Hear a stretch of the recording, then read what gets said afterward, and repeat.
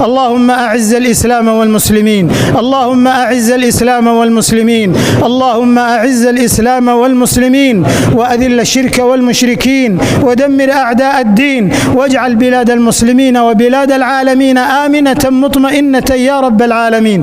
اللهم آمنا في أوطاننا، وأصلح أئمتنا وولاة أمورنا، وأيد بالحق من ولاه الله أمرنا، ووفقهم للبطانة الصالحة التي تدلهم على الخير وتعينهم عليه.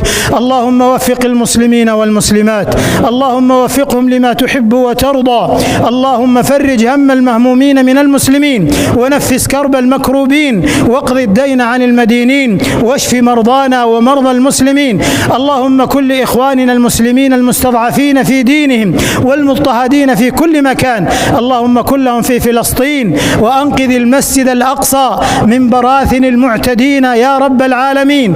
اللهم كن لإخواننا في بلاد الشام، اللهم انصرهم نصرا مؤزرا، وفي العراق اجمع كلمتهم على الحق وعلى الكتاب والسنة، وفي اليمن اجمع كلمتهم يا مولانا على كتابك وسنة نبيك صلى الله عليه وسلم.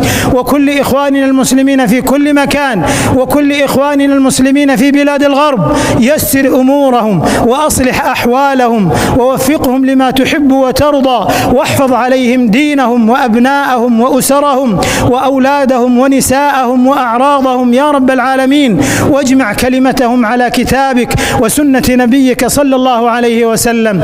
اللهم رد عنا كيد الكائدين، وحقد الحاقدين، وإرهاب الإرهابيين، وطائفية الطائفيين يا رب العالمين، واجمعنا على ما تحب وترضى يا أكرم الأكرمين. اجعل يا مولانا اجتماعنا هذا اجتماعا مرحوما، ولا تجعل منا شقيا ولا محروما، واجعل تفرقنا بعده تفرقا معصوما يا ذا الجلال والإكرام، يا حي يا قيوم يا أرحم الراحمين.